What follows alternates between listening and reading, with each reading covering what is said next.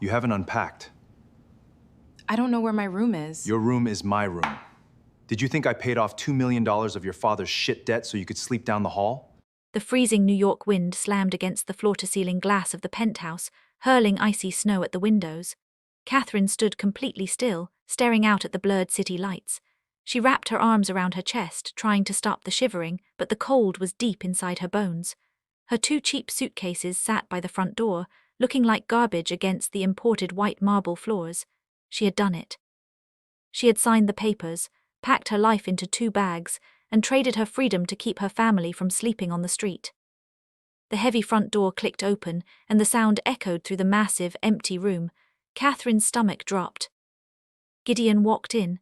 He didn't look at her right away. He shrugged off his dark wool coat, handing it to a silent maid who appeared from the shadows and quickly vanished. He loosened his expensive silk tie and unbuttoned the top of his collar. He looked tired, but the kind of tired that made him meaner. His dark hair was messy from the wind, and his eyes were completely flat. He poured himself a glass of whiskey at the bar, the ice clinking loudly in the quiet room.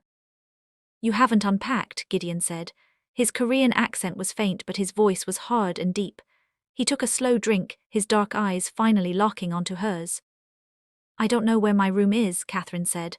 She tried to keep her voice steady, but it shook. Gideon let out a short, cold laugh. He set his glass down on the counter with a loud thud. He closed the distance between them in wide, slow steps. Catherine wanted to step back, but she forced her feet to stay planted. She would not let him see how scared she was. He stopped right in front of her. He was so close she could smell the sharp scent of his cologne and the strong whiskey on his breath. "Your room is my room," he said, staring down at her. "Did you think I paid off $2 million of your father's shit debt so you could sleep down the hall?" "We had a deal," Catherine whispered, her heart hammering against her ribs. "I marry you. I play the good, happy wife for your investors so your company's stock doesn't crash from your scandals. That was the deal, nothing else." Gideon reached out. His large, warm hand wrapped around the back of her neck. His thumb pressed right over her racing pulse. Catherine gasped at the sudden contact, a confusing jolt of heat shooting straight to her core.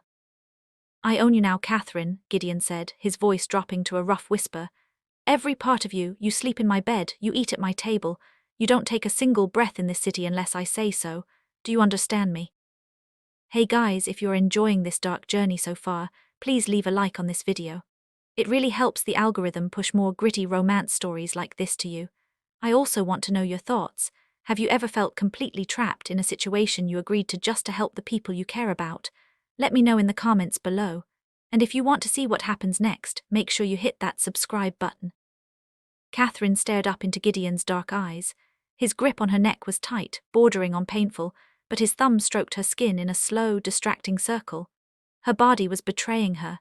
She hated him for what he was doing, for forcing her into a corner where she had to sell her life, but the heavy heat radiating from his body made her knees feel weak. "I am not a dog," Catherine said, forcing the words through her tight throat. "You can't lock me in here." "I can do whatever the fuck I want," Gideon replied. He stepped even closer, his chest brushing against hers. "Your father is drinking himself to death in a safe, warm house tonight because of me. Your sister is going to her fancy college next week because of me.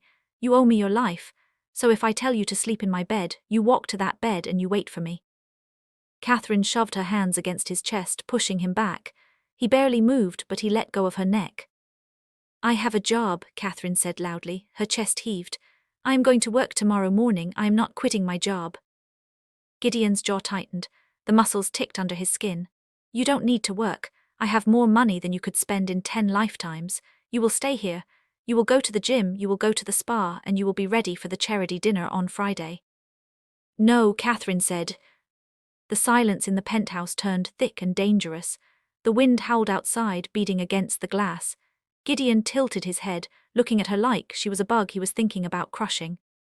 "What did you just say to me?" he asked. His voice was dangerously quiet. "I said no," Catherine repeated. She dug her fingernails into her own palms to keep her hands from shaking. "I worked my whole life to get my position. I am a senior marketing manager. I am not sitting in a spa all day playing dress-up for you. I am going to work." Gideon stared at her. He didn't yell, he didn't throw anything. He just reached into his pocket, pulled out his phone and unlocked it. "What is the name of your company?" he asked. "Why?" Catherine snapped. Because I am going to buy it right now and fire you, Gideon said. He didn't look up from his screen. Give me the name. You are a damn psycho, Catherine yelled. She stepped forward and grabbed his wrist, trying to pull the phone away. Stop it right now. Gideon dropped the phone back into his pocket and grabbed both of her wrists in one massive hand. He twisted her arms behind her back, pulling her flush against his hard body. Catherine gasped, struggling against his grip, but he was too strong. He held her easily, his dark eyes burning down into hers. I told you not to mess with me, Gideon growled. You are my wife, you wear my ring, you don't work for anyone else. Who is your boss? Give me his name. Catherine glared up at him. She was breathing hard, her chest pressing against his with every breath. His name is Silas, she spat out. Silas Vargas, and he is 10 times the man you are. He actually worked for what he has. He didn't just inherit a dirty company and buy people to fix his problems. The moment Silas's name left her mouth, the air in the room changed. Gideon's eyes went completely black. His grip on her wrists tightened so much she winced. Silas, Gideon repeated. He tasted the word like it was poison. Is that your boyfriend? He is my boss, Catherine said. We dated a long time ago. It's over. But he is a good man and I am not giving up my career to be your prisoner. Gideon let go of her wrists. He took a step back, but the violent energy rolling off him was suffocating. He turned away from her and walked back to the bar. He poured another glass of whiskey and drank it all in one gulp. He stood there for a long minute with his back to her. Catherine rubbed her wrists. She didn't move. She didn't know what he was going to do next. Finally, Gideon turned around. His face was a blank mask again. The anger was hidden, buried deep down where it was much more dangerous. Fine, Gideon said. Catherine blinked. Fine. You want to work for your old boyfriend? Fine, Gideon said. He walked slowly back toward her. You can keep your little job. You can go to your office tomorrow.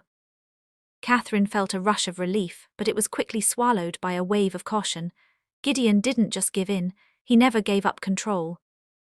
But we have new rules, Gideon said. He stopped a foot away from her. My driver takes you to work. My driver picks you up. You are home by 6 o'clock every single night. If you are 1 minute late, I will ruin Silas Vargas. I will bankrupt his company, I will take his home, and I will make sure he never works in this city again. Do you hear me? Catherine swallowed hard. You can't do that. Try me, Gideon whispered. He reached out and grabbed her chin, tilting her face up. His fingers were rough and hot against her skin. I can ruin him by making one phone call. I am letting you do this because I want you to see that your old life is dead. You can go play at your office, Catherine. But at the end of the day, you come back to my bed. You belong to me.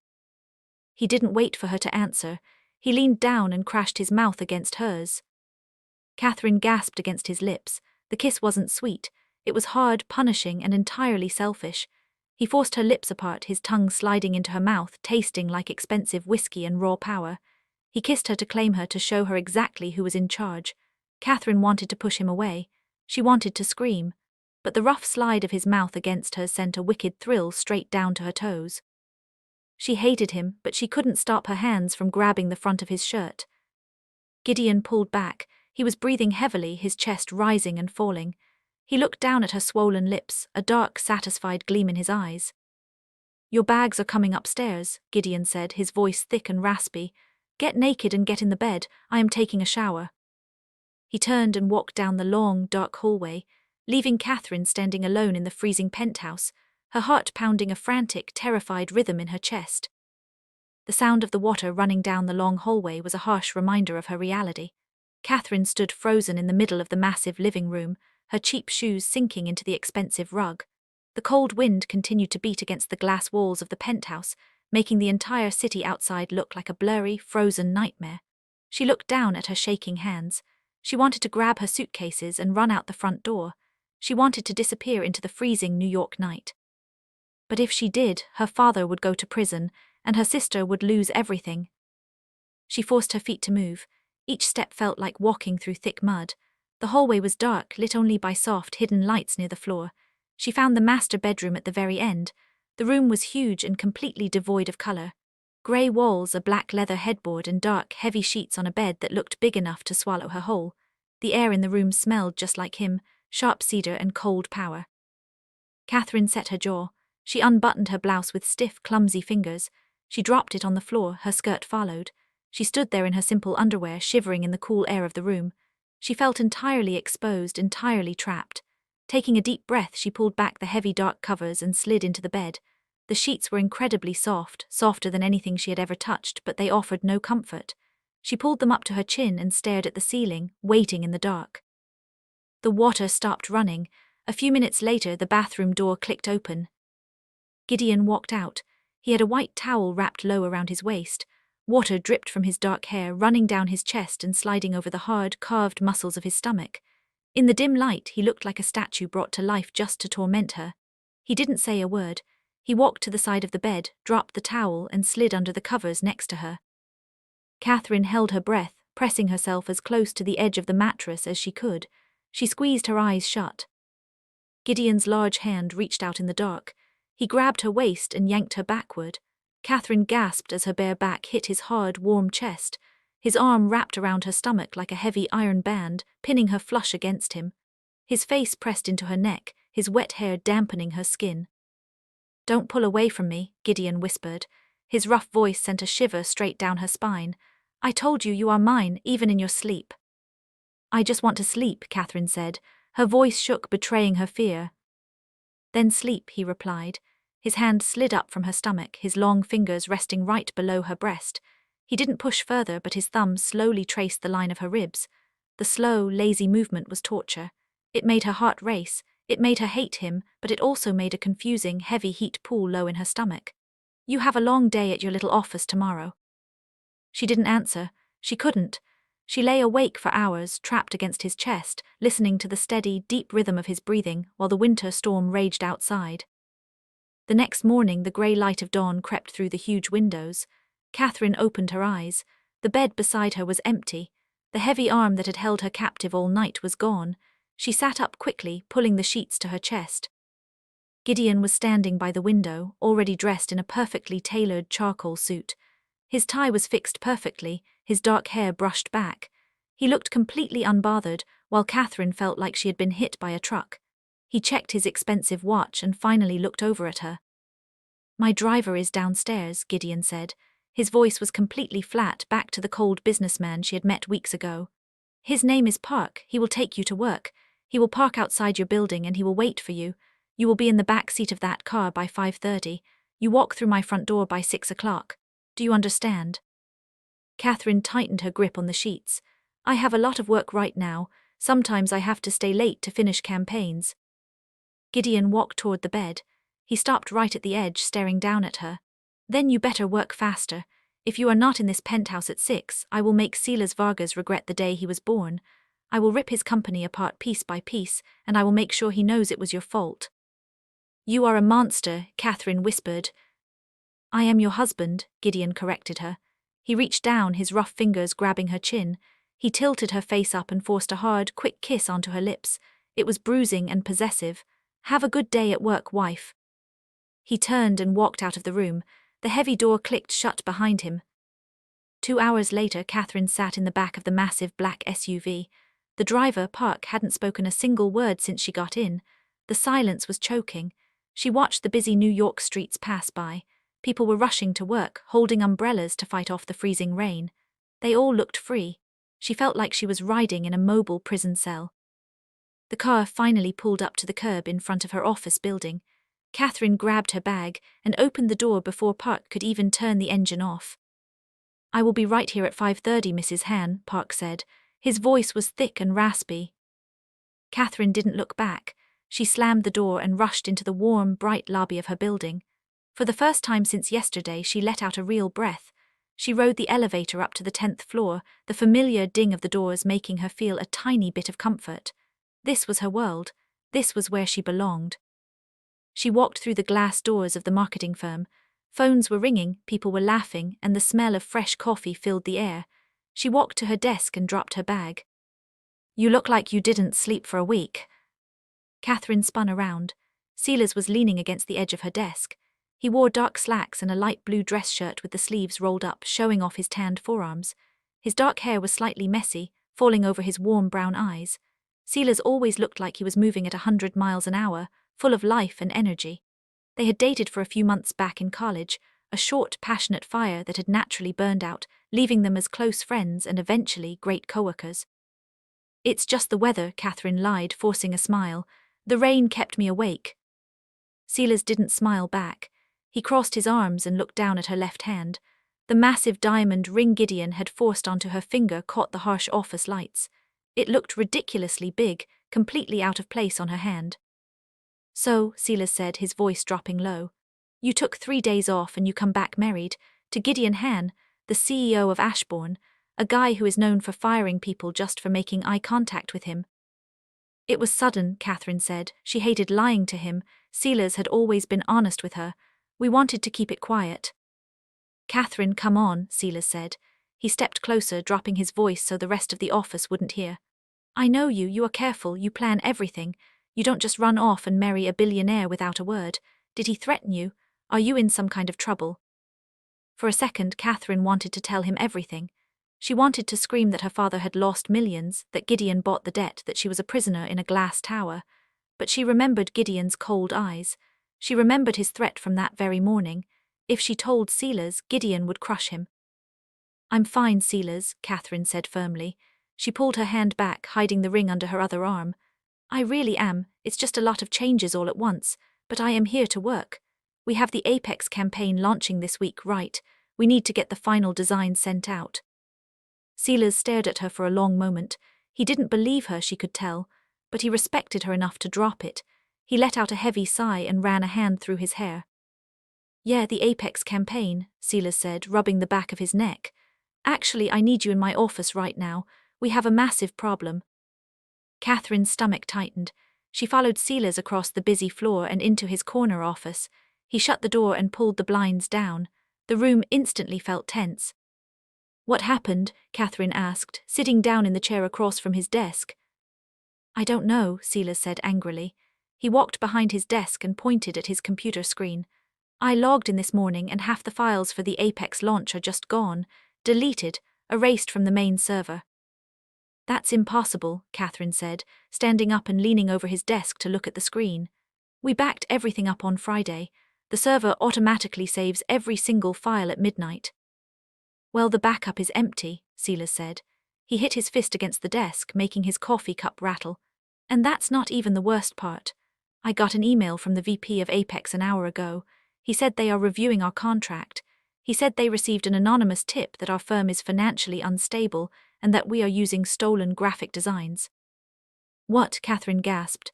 That is a total lie. We created every single piece of that campaign from scratch. Who would send a tip like that? I don't know, Silas said. He looked exhausted.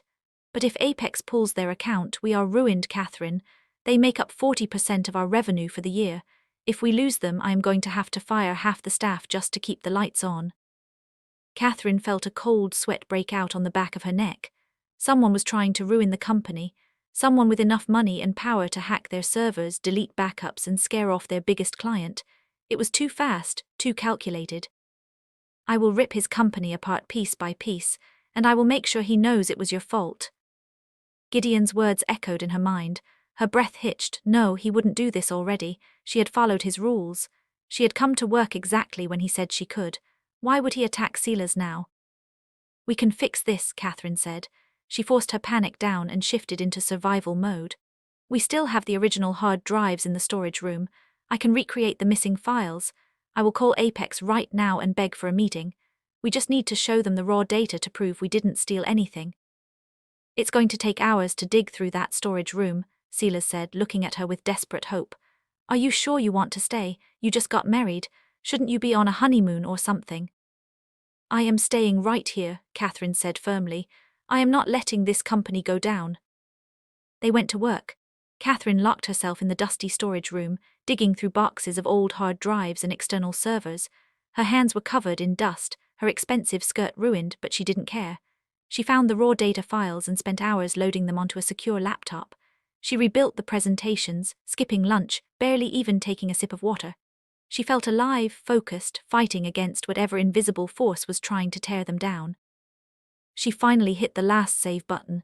She leaned back in her chair and wiped her forehead. They had it. They could save the account. She glanced down at the corner of her computer screen. 5:18 p.m. Catherine's heart stopped completely.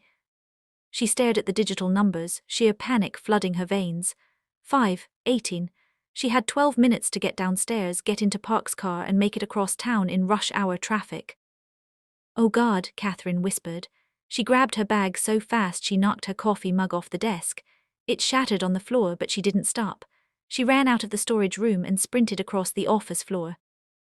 "Catherine, did you find it?" Silas called out from his office door. "I put it on your desk," Catherine yelled, not stopping. She hit the elevator button repeatedly, praying for the doors to open. "I have to go, Silas, I have to go right now." "Wait, we need to call them together," Silas said, stepping out into the hall. "Catherine, what is wrong?" "I have to go," she yelled as the elevator doors finally opened. She jumped inside and hit the lobby button.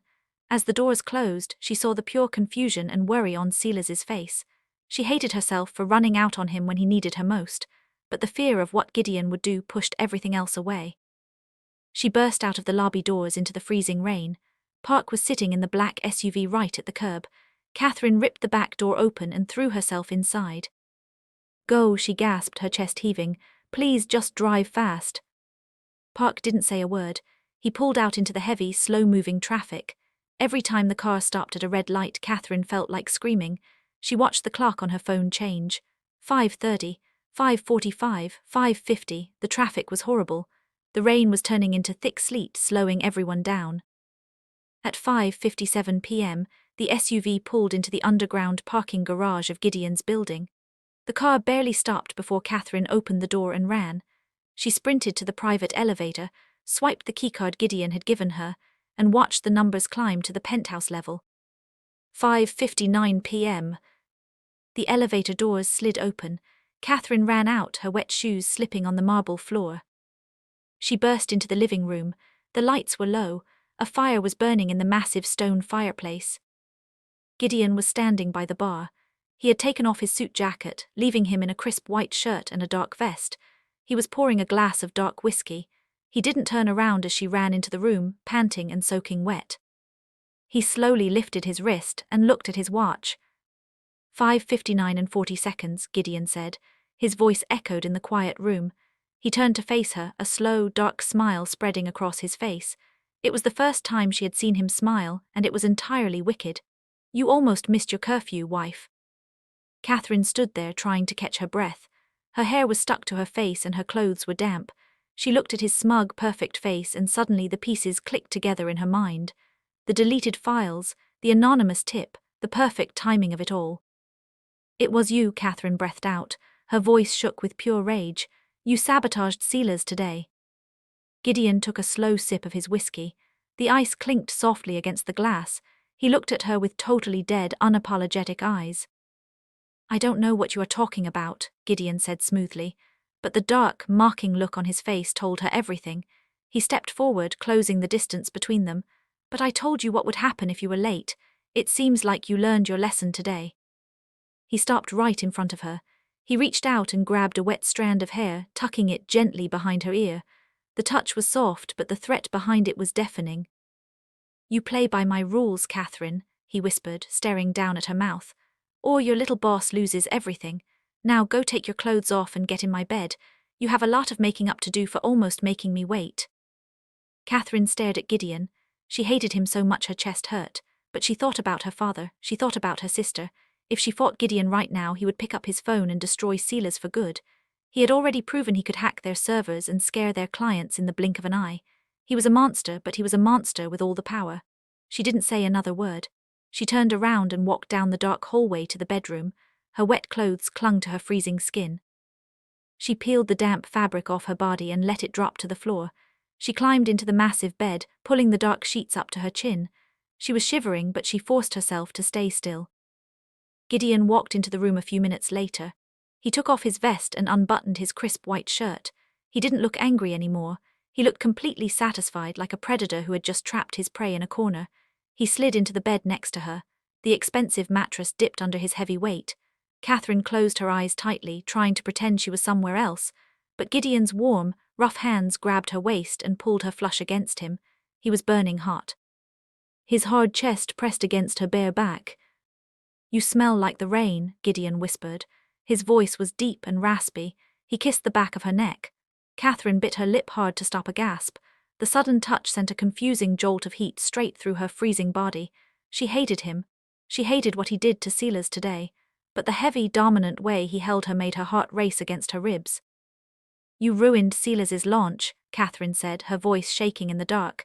You could have destroyed his whole company. Gideon's large hand slid up her bare stomach. His long fingers rested right under her ribs, gripping her tight. I told you what would happen if you played games with me, he said. I own you, you work for me, you live for me, you breathe for me. If you ever put another man before me again, I won't just delete a few files. I will tear his life apart until there is nothing left. Catherine tried to push his hand away, but he was too strong. He flipped her over onto her back and pinned her to the mattress. He hovered over her, his dark eyes burning down into hers. You are my wife, Gideon growled. Act like it. He crashed his mouth onto hers. The kiss was punishing and hungry. He tasted like expensive whiskey and total control. Catherine tried to keep her mouth closed to fight him off, but he bit her bottom lip hard enough to make her gasp. His tongue pushed inside her mouth, taking over completely. She hated the way her body betrayed her. She hated the way her hands reached up on their own and grabbed his wide shoulders. He was pulling her into his dark, twisted world, and the absolute worst part was that she was letting him. The morning sun hit Catherine's face, waking her up. She was alone in the big bed. Her body ached, a heavy reminder of the long, dark night she had spent tangled in Gideon's sheets. She sat up and looked around the empty room. Gideon was already gone. He had left her a fresh cup of coffee on the nightstand, along with a note written on thick, expensive paper. Park is waiting downstairs. Do not be late again. Catherine crumpled the paper into a tight ball and threw it at the wall. She hated this cage. She hated the rules. But as she sat there in the quiet penthouse, a terrifying thought crept into her mind. Gideon had hacked Silas's firm in less than a day. He had completely manipulated the situation just to teach her a lesson about control. He was rich, smart, and completely ruthless. If he could do that to Silas so easily, what else could he do? She thought about her father. Her father had run a successful shipping business for 20 years. He was careful, he was smart. Then suddenly his company fell apart. He lost millions in a matter of weeks. The banks turned their backs on him. The investors vanished. It happened so fast that it almost seemed planned. And then, right when her family was about to lose their home and sleep on the street, Gideon Han stepped out of the shadows with a perfect contract. $2 million to pay off the debt, but only if Catherine married him. At the time, she thought it was just a sick, twisted coincidence. A rich man buying a fake wife because he needed to fix his public image for his shareholders. But now, looking at the crumpled note on the floor, Catherine felt sick to her stomach. What if it wasn't a coincidence? What if Gideon planned the whole thing? She got out of bed and walked to the bathroom. She turned on the cold water and splashed it on her face. She looked at herself in the mirror. Her eyes were tired, but there was a new hot anger burning behind them. She was not going to be a blind prisoner anymore. She was going to find out the truth.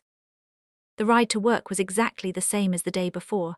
Park drove the black SUV in total silence. Catherine watched the busy New York streets pass by, her mind racing with 100 different plans. She needed to look into Ashbourne, Gideon's massive company. She needed to see who bought her father's debt and how it all fell apart so quickly. But first she had to deal with Silas. She walked into the marketing firm and went straight to his corner office. The door was open. Silas was sitting at his desk, rubbing his tired eyes. He looked up when she walked in, a relieved smile spreading across his face. Catherine, he said, standing up quickly, you ran out so fast yesterday, but the files you found saved us. Apex loved the presentation. They are keeping the account. Catherine forced herself to smile, but it didn't reach her eyes. She stepped inside and closed the door behind her. I'm glad, she said quietly, but Silas, I need to talk to you. Silas stopped smiling. He crossed his arms and leaned against his desk. What is wrong? You look exhausted. And what happened yesterday? You looked like you were running for your life. Catherine swallowed hard. She wanted to tell him everything. Silas was her friend. He was a good man. But Gideon's threat echoed loudly in her head. I will tear his life apart. She couldn't put Silas in danger. She had to cut the tie right now. I need to take a step back, Catherine said. Her voice was flat and cold. From the firm, from this job. Silas stared at her, completely confused. What are you talking about? You just got promoted. You lead the best team we have. My husband wants me to spend more time at home, Catherine lied. The word husband felt like poison on her tongue. He is very busy and he needs me to be available for his events and his schedule. I can't keep working long hours here. Silas stepped closer. His dark brown eyes searched her face. Catherine, this is bullshit. You don't quit. You love this job. Is he making you do this? Did he threaten you? No, Catherine snapped. She stepped back, putting distance between them. He is my husband, Silas. I made a choice to marry him, and I am making a choice to focus on my new life. I will finish the campaigns I have this week, but then I am done. You need to find someone else to take my place. Silas looked at her like he didn't even know who she was anymore. He looked deeply hurt, and that hurt Catherine more than anything else, but it was the only way to keep him safe from Gideon's wrath. Fine, Silas said quietly. He turned his back to her and looked out the window. If that is what you want, I won't stop you. Catherine didn't say another word. She turned around and walked out of his office. Her chest ached, but she pushed the pain down deep. She walked to her desk and sat down. She turned on her computer and opened a secure browser window. She typed in her father's company name, Vanguard Shipping. Then she typed in Ashbourne Corporation. She spent the next 3 hours digging. She didn't check her emails. She didn't answer her phone. She just read old financial reports, stock market changes, and press releases from the last year. It was a massive maze of numbers and fake companies, but Catherine was smart. She knew how to follow the money. Around lunchtime, she found a small article buried on page 10 of a business website. It was about Vanguard Shipping losing their biggest supplier. The supplier was a company called Blue Tide. Blue Tide had cancelled their massive contract with Vanguard overnight, causing a huge drop in Vanguard's stock. Catherine opened a new tab and searched for Blue Tide. She clicked through their corporate history. The company was bought out 2 years ago by a private equity firm. The firm was a ghost company, hidden behind layers of lawyers and fake names. But Catherine didn't stop. She used her marketing logins to access public record databases. She traced the private equity firm back to its main holding company. She hit enter. The screen loaded. Catherine's heart stopped. She stopped breathing completely. The name of the holding company was right there in black and white, Ashbourne Global. Gideon owned the company that destroyed her father's business. Catherine stared at the bright screen. Her hands started to shake uncontrollably. A cold, heavy feeling washed over her entire body. It was true. Gideon didn't just happen to find her family when they were broke. He didn't just kindly offer to pay off their debt. He created the debt. He ruined her father. He bankrupted her family just so he could swoop in and buy her like a cheap toy. He needed a clean, perfect wife to fix his terrible public image, and he decided Catherine was going to be the one. So he tore her life apart to trap her. You sick fuck, Catherine whispered to the empty cubicle. Tears burned in her eyes, but she refused to let them fall. She was done crying. She closed the browser windows and cleared her search history completely. She sat back in her chair and took a deep breath. She wanted to run to the penthouse right now and scream in his face. She wanted to hit him. She wanted to break everything in his perfect, quiet home, but she knew that would be a deadly mistake. Gideon was too powerful. He had billions of dollars and a whole army of lawyers. If she attacked him now, he would crush her easily. He still held her father's debt. He could still send her father to prison. She needed a new plan. She couldn't fight him with anger. She had to fight him with his own game. She had to be cold, smart, and completely ruthless. Gideon thought she was just a helpless pawn. He thought he had completely broken her spirit. But he was dead wrong. She was going to use his arrogance against him. She was going to smile, she was going to play the good wife, and she was going to secretly tear his empire down from the inside out. Catherine packed her bag early. She didn't want to give Gideon any reason to be angry today. She walked out of the building at exactly 5 o'clock. Park was waiting in the black SUV. She climbed into the back seat and looked out the window. The freezing rain had turned into thick snow, covering the dirty city streets in a layer of white. It looked peaceful, but Catherine knew it was just a mask, just like the mask she was about to put on. When the elevator doors opened into the penthouse, the smell of expensive food filled the air. The long dining table was set for two. Tall candles were burning, casting long, jumping shadows on the grey walls. Gideon was sitting at the head of the table. He wore a dark blue suit, his tie loosened just a little bit. He was drinking a glass of dark red wine. He looked up when Catherine walked in. His dark eyes scanned her from head to toe, looking for any sign of rebellion. Catherine forced her shoulders to relax. She took off her wet coat and handed it to the silent maid. She walked slowly to the table and sat down in the chair right next to him. She didn't yell. She didn't glare. She just gave him a soft, tired smile. "You are home early," Gideon said. His voice was smooth, but his eyes were sharp. He was studying her, trying to figure out why she wasn't fighting him tonight. "I quit my job," Catherine said quietly. She picked up her cloth napkin and placed it on her lap. She kept her hands perfectly still. "I told Silas today, I will finish the week and then I am done." Gideon stopped drinking his wine. He slowly lowered the glass to the table. A look of total surprise flashed across his face, but he hid it quickly. He leaned back in his chair, his dark eyes watching her like a hawk watching a rabbit. "You quit," Gideon repeated. The word sounded heavy in his mouth. "Yes," Catherine said. She looked down at the table. She played the part of the defeated, broken woman perfectly. "You were right. I am your wife now. I need to focus on my duties here. I don't want to make you angry anymore." A slow, dark smile spread across Gideon's handsome face. It was the smile of a man who thought he had won the war. He thought he had crushed her spirit completely. He reached out and grabbed her chin, lifting her face so she had to look at him. His touch made her skin crawl, but she didn't pull away. She let him touch her. She let him think he owned every piece of her. "Good girl," Gideon whispered. His thumb stroked her bottom lip softly. "I told you it would be much easier if you just stopped fighting me. You belong here, Catherine. You belong to me." "I know," Catherine said softly. Her voice sounded broken, but inside a dark fire was raging. She looked into his black eyes and saw exactly what she needed to see. He was arrogant. He was completely obsessed with having total control. And that desperate need for control was going to be his biggest weakness. She was going to let him believe he was the king of the world, right up until the moment she pushed him off the throne. The snow fell for 6 straight days, burying the city in a thick layer of white. Inside the penthouse, Catherine built a cage of her own. She played the broken, obedient wife perfectly. She stopped fighting. She stopped raising her voice. When Gideon told her to wear a certain dress, she wore it. When he told her to sit by the fire with him, she sat. She let him touch her.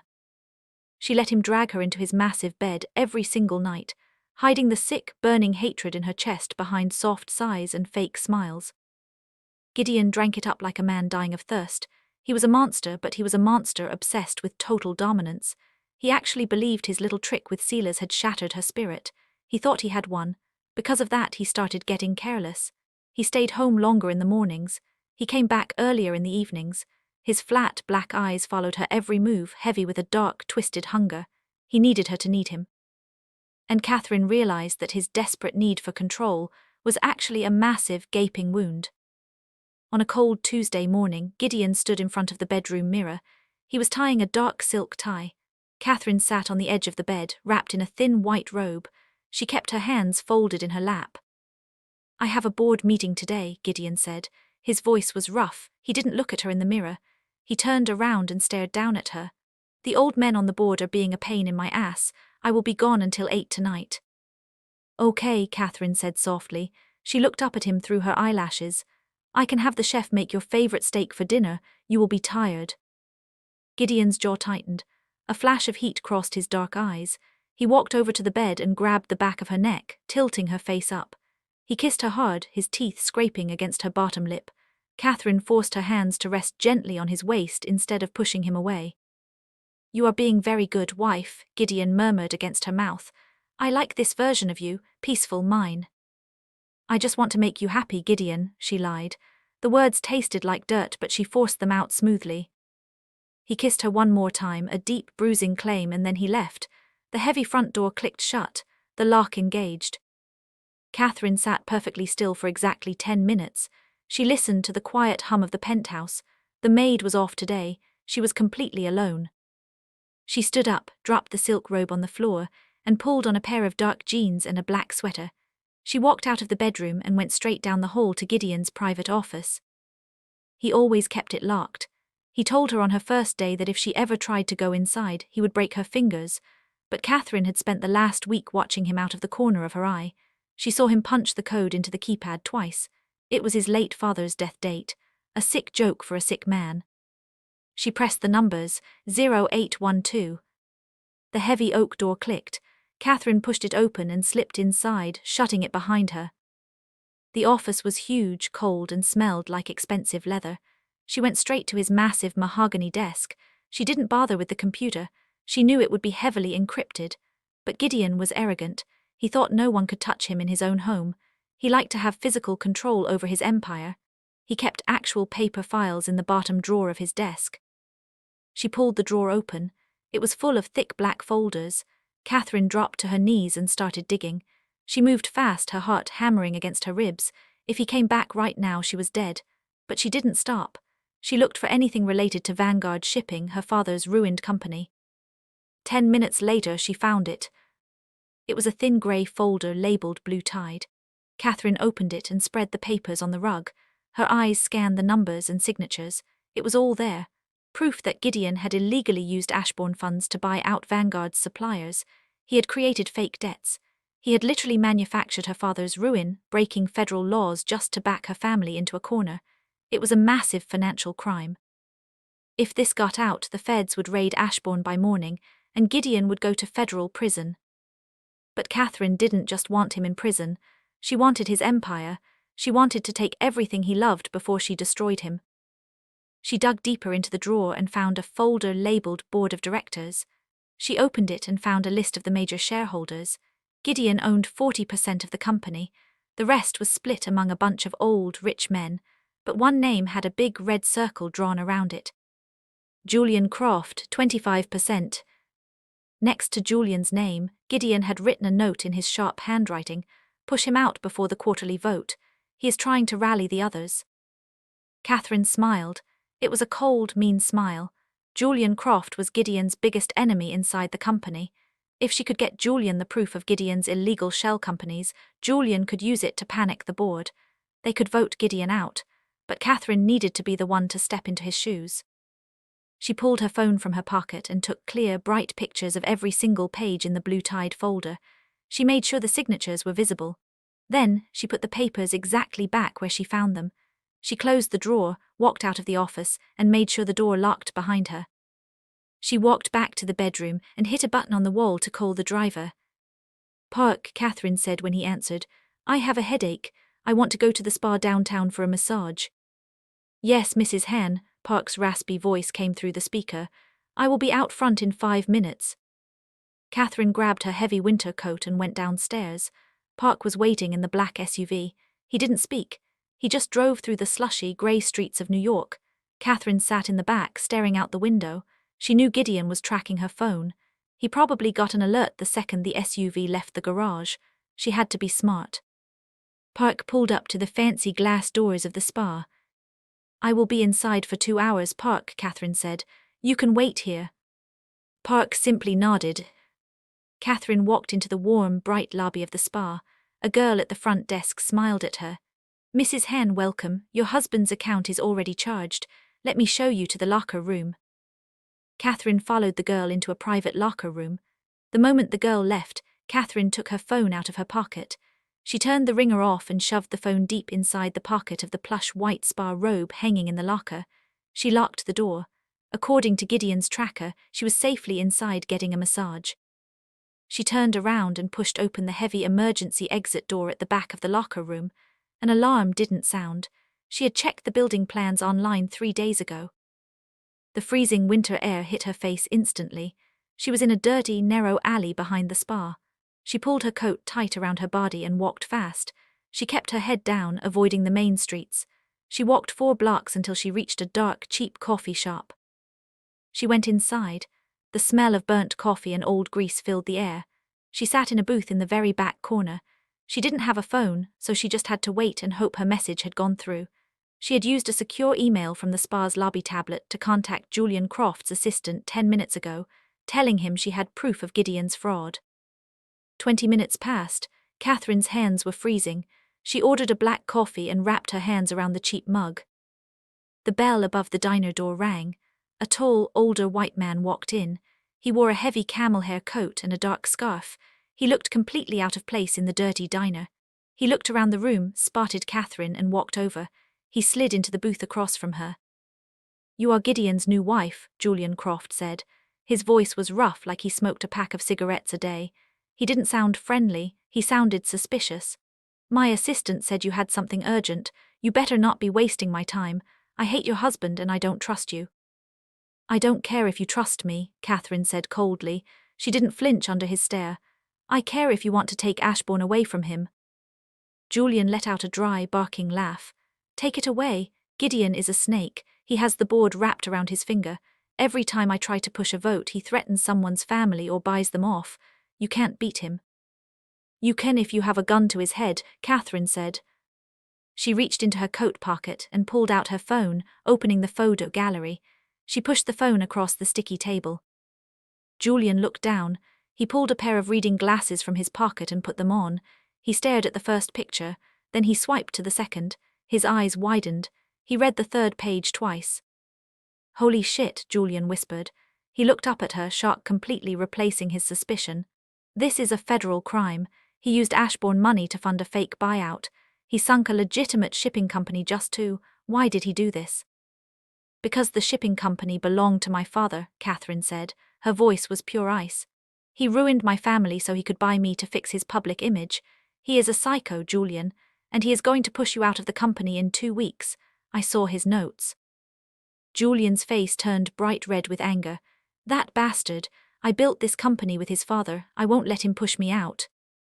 Then we work together, Catherine said. She leaned forward over the table. You take these photos. You show them to the other board members in secret. You tell them that if they don't vote to strip Gideon of his CEO title, these papers go to the FBI and the company's stock drops to zero. They will panic, Julian said, nodding slowly. They only care about money. If they know he committed federal fraud, they will turn on him in a heartbeat. I can get the votes. I can take his chair. No, Catherine said flatly. I take his chair. Julian stopped. He stared at her like she had lost her mind. You are a marketing manager. You can't run Ashbourne. I can and I will, Catherine snapped. Gideon put 50% of his voting rights in my name when we got married to make the union look legitimate to the press. If you back me with your 25%, I have the absolute majority. You make me the CEO, and I swear to you I will make sure you double your profits next year. I will clean up his mess.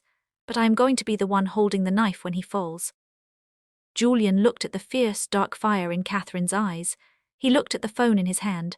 He slowly slid it back across the table. Send those to my secure email, Julian said softly. You are a dangerous woman, Mrs. Han. My husband made me this way, Catherine replied. She slid out of the booth. Get the votes, Julian. I will text you when it is time to pull the trigger. She didn't wait for him to answer. She walked out of the diner and back into the freezing cold. She retraced her steps, slipping back through the alley and through the spa's emergency door. She quickly stripped off her clothes, wrapped herself in a towel, and sat in the sauna for 10 minutes to make her skin flush and sweat. When she walked out to the lobby, Park was still waiting in the SUV. She climbed into the back seat, holding her phone. Take me home, Park, she said lazily. I am exhausted. When Catherine walked into the penthouse at 6 o'clock, the lights were dim. A fire was roaring in the living room. Gideon was standing by the glass windows, staring out at the dark city. He had a glass of whiskey in his hand. He looked incredibly tense. The muscles in his wide back were pulled tight against his white shirt. He turned around when he heard her heels click on the marble floor. He looked at her, his dark eyes searching her face. How was the spa? He asked. His voice was heavy and tired. It was nice, Catherine said. She walked slowly toward him. She dropped her purse on the couch. How was your meeting? Gideon let out a harsh, bitter breath. He drank the rest of his whiskey and slammed the glass down on the counter. They are old fools. They don't understand how to build an empire. They just want to play it safe. They challenge me at every turn. Catherine stopped right in front of him. This was the moment. She had to play him perfectly. She reached up and placed her hands flat against his hard chest. She felt his heart beat against her palms. Gideon froze at the gentle touch. He looked down at her, surprised. She had never touched him first. They are just intimidated by you, Catherine whispered softly. She slid her hands up his chest and wrapped them around the back of his neck, tangling her fingers in his dark hair. You are smarter than all of them, Gideon. You built all of this. They are nothing compared to you. Gideon dropped his head forward. He rested his forehead against hers. He let out a long, shaky breath, leaning his heavy weight into her. For a split second, the terrifying Mafia boss was gone, replaced by a broken, paranoid man who was desperate for someone to tell him he was a king. I own them, Gideon whispered, his hands coming up to grip her waist tightly. I own everything. I know, Catherine said softly. She stroked his hair, pulling him closer. You are completely in control. He kissed her. It was desperate and needy. He poured all his stress and anger into the kiss, trying to consume her, trying to feel powerful again. Catherine kissed him back, letting her hands roam over his wide shoulders. Her body reacted to him with that same twisted, heavy heat, but her mind was completely cold. She held the man who ruined her family, kissing him in the dark, knowing exactly how she was going to tear his entire world to the ground. The next 2 weeks were a strange, twisted dream. Catherine lived inside a glass cage, but she learned exactly how to decorate it to her advantage. She played the part of the devoted, broken wife flawlessly. She wore the expensive dresses Gideon bought for her. She sat quietly by the fire while he drank his whiskey and complained about the old fools on his board of directors. She let him pull her into his lap and bury his face in her neck, soaking up her scent like a man starving for air. He was a ruthless, terrifying monster to the rest of the world, but behind the locked doors of the penthouse he was completely addicted to her. His paranoia started to melt away, replaced by a heavy, suffocating obsession. He stopped checking her phone. He stopped demanding to know what she did at the spa all day. He believed he had won. He thought he had completely crushed the fight out of her, leaving only a soft, willing woman who belonged entirely to him. But every time he touched her, Catherine's mind was racing. She was counting the days until the quarterly board vote. She was secretly texting Julian Croft from a cheap burner phone she had hidden inside a hollowed-out book in the library. Julian was doing his job. He was quietly showing the blue-tied files to the other board members, spreading panic and fear through the ranks. They were all terrified of going to federal prison for Gideon's massive fraud. They were ready to turn on him. The trap was set perfectly. Then, on a cold Friday night, Gideon almost ruined everything by showing her his heart. The penthouse was quiet. The snow was falling heavily outside the massive windows. Catherine was sitting on the big leather couch reading a magazine. Gideon walked into the room. He had just come home from a late dinner with investors. He looked exhausted. He loosened his silk tie and threw his suit jacket over a chair. He didn't go to the bar for a drink. Instead, he walked straight over to Catherine and dropped a thick, heavy envelope onto her lap. Catherine looked down at the brown paper. She looked up at his tired, handsome face. "What is this?" she asked softly. "Open it," Gideon said. He sat down on the coffee table right in front of her, leaning his elbows on his knees. He watched her hands closely. Catherine opened the envelope. She pulled out a stack of legal papers. The heavy seal of a major bank was stamped on the front page. She read the top line and her breath caught in her throat. It was the deed to her family's house in New York, the house her father had almost lost to the bank before Gideon stepped in. "I paid it off," Gideon said. His voice was low and gravelly. "I bought the mortgage from the bank today. I put the deed completely in your father's name. It is paid in full. No one can ever take it away from him." Catherine stared at the papers. Her hands started to shake. She didn't understand. Gideon had ruined her father on purpose. He had created the fake debt just to back her into a corner and force her into marriage. Why would he pay off the house now? Why would he give her father real freedom? "Why did you do this?" Catherine whispered. Gideon reached out. His large, warm hands wrapped around her shaking fingers. He squeezed gently. "Because he is your father," Gideon said simply.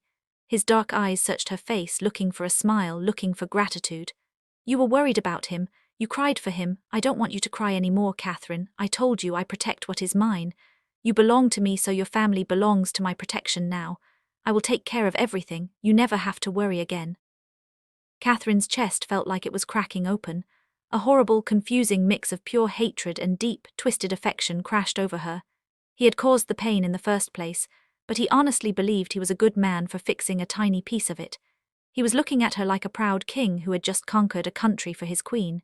He was bleeding his dark, sick heart out for her. She wanted to scream. She wanted to slap his perfect face and tell him she knew exactly what he did with Vanguard shipping, but she couldn't. If she broke character now, he would destroy everything. "Thank you," Catherine lied. Her voice cracked, which made the lie sound incredibly real. She leaned forward and wrapped her arms around his wide shoulders. Gideon let out a rough sigh. He wrapped his arms around her waist and buried his face in her hair. He held her so tightly she could barely breathe. He felt solid and warm and entirely devoted to her. Catherine closed her eyes, hating the way her body melted into his embrace. She hated the dark thrill that shot down her spine.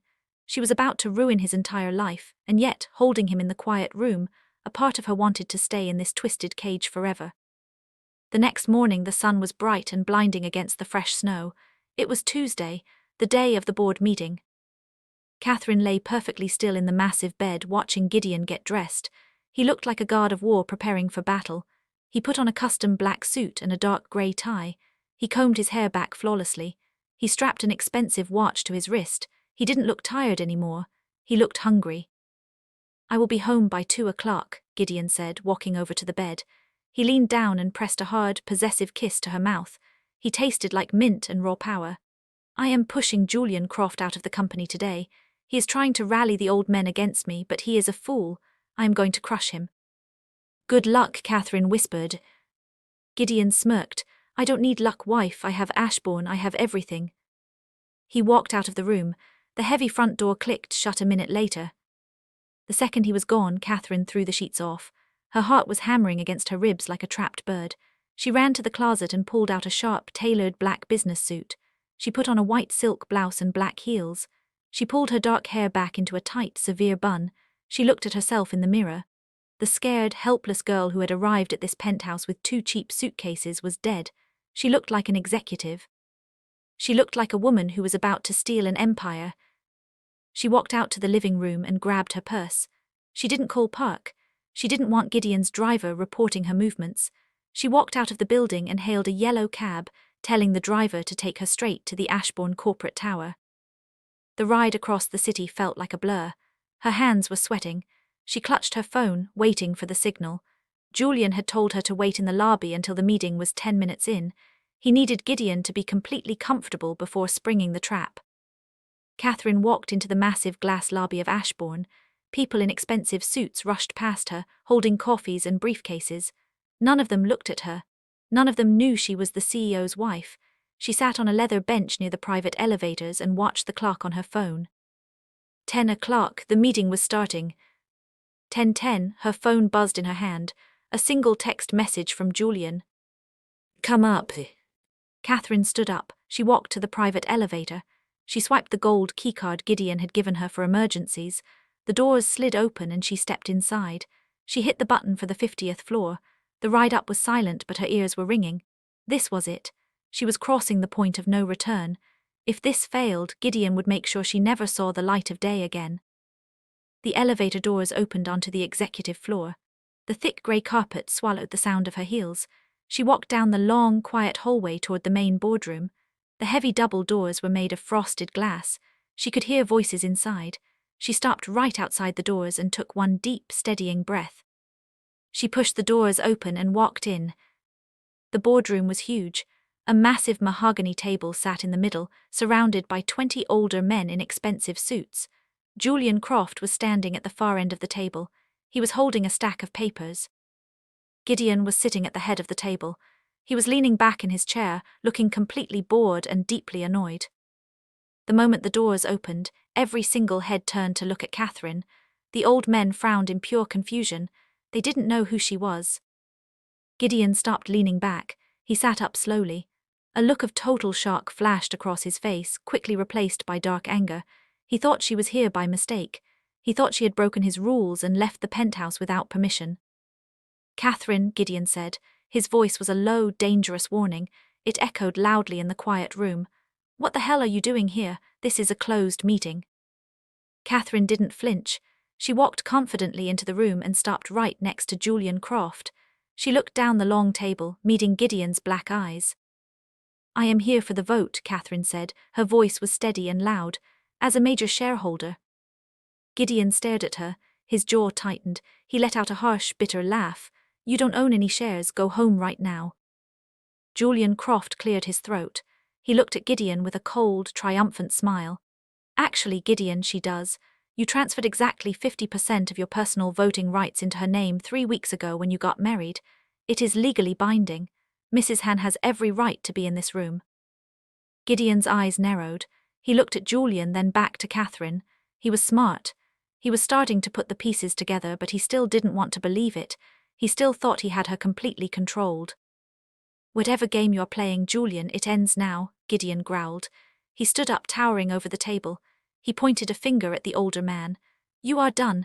I am calling a vote to have you removed from this board immediately." "We are calling a vote, all right," Julian shot back. He threw the stack of papers down onto the polished wood table. They slid across the surface, stopping right in front of the other board members. "But it is a vote to remove you as CEO, Gideon, effective immediately." Gideon laughed again. It was a dark, wicked sound. "On what grounds? I built this company. I doubled our profits in 2 years. You can't just vote me out because you don't like my attitude." "We are voting you out because you committed federal fraud," Catherine said. The entire room went dead silent. The board members stopped breathing. Gideon stopped laughing. He snapped his head toward Catherine, his eyes burning with pure, violent shock. "What did you just say to me?" Gideon whispered. Catherine stepped forward. She pointed at the papers on the table. "Page 4, gentlemen, the Blue Tide Shell Company. My husband used Ashbourne corporate funds to secretly buy out the suppliers of Vanguard shipping. He illegally manipulated the market to force Vanguard into bankruptcy. He created fake debts to trap a private citizen. It is a massive federal crime, and the proof is sitting right in front of you." Gideon stared at her. The color completely drained from his handsome face. He looked down at the papers in front of the other men. He recognized his own handwriting on the margins of the Blue Tide documents. He knew those files were locked in the bottom drawer of his private office at the penthouse, an office he had strictly forbidden her from entering. He slowly looked back up at her. The anger was gone. The arrogance was gone. The look in his eyes was pure, devastating betrayal. It felt like a physical blow to Catherine's chest. He realized she had played him. Every kiss, every soft sigh, every moment she pretended to surrender to him had been a calculated lie to get close to his keys. "You went into my office," Gideon whispered. His voice sounded broken. "I told you I was not a dog," Catherine replied coldly. "You shouldn't have left the door code the same as your father's death date. It was too easy." The boardroom erupted into chaos. The older men started shouting. They were grabbing the papers, reading the numbers, their faces turning red with panic. Ashbourne was a clean company. If the FBI saw these files, the stock would drop to 0 in a matter of hours. They would lose billions. "This is a disaster," one of the men yelled, slamming his hand on the table. "If the press gets hold of this, we are ruined." "The press won't get hold of it," Julian Croft said loudly, talking over the panic. "If we act right now, we strip Gideon of his CEO title today, we cut all ties with him. We report the Shell Company as a rogue operation conducted without board knowledge, we can save the company." "I demand a vote," another man shouted. "I second the motion to remove Gideon Han." Gideon didn't look at the shouting men. He didn't defend himself. He just kept his black eyes locked entirely on Catherine. He was bleeding out in front of her, and she was the one holding the knife. The twisted, obsessive love he had offered her the night before felt like a ghost haunting the room. He had paid off her father's house because he thought she was his, and she had taken his empire in return. "You used me," Gideon said. His voice barely cut through the noise of the room, but Catherine heard it perfectly. "You ruined my family," Catherine shot back. Her chest heaved, the adrenaline was making her dizzy. "You played God with my life, you thought you could just buy me and break me. You were wrong." Julian Croft smiled. He looked around the table. "Gentlemen, the motion is on the floor. I vote to remove Gideon Han as CEO. With my 25% and Mrs. Han's proxy voting rights, which account for another 20% of the total share, we have the absolute majority. We don't even need the rest of your votes. It is done." Gideon stood perfectly still at the head of the table. His empire was collapsing around him. The company his father had built, the power he craved more than anything else in the world, was being ripped out of his hands. "Call security," Julian ordered a trembling assistant by the door. "Have Mr. Han escorted out of the building. His access cards are revoked." Gideon finally moved. He didn't fight the guards who walked cautiously into the room. He didn't yell. He just buttoned his suit jacket with slow, deliberate fingers. He walked past the long table. He stopped right in front of Catherine. The guards tensed, ready to grab him, but he just looked down at her. The heat radiating off his body was overwhelming. Catherine's heart hammered frantically. She expected him to threaten her. She expected him to promise violent revenge. Instead, Gideon leaned down, his mouth hovering just an inch from her ear. "You played a beautiful game, Catherine," he whispered, his rough voice sending a dark shiver straight to her core. "But you forgot one thing. I don't care about the company as much as I care about you. You wear my ring. You are my wife, and I will burn this entire city down before I let you walk away from me.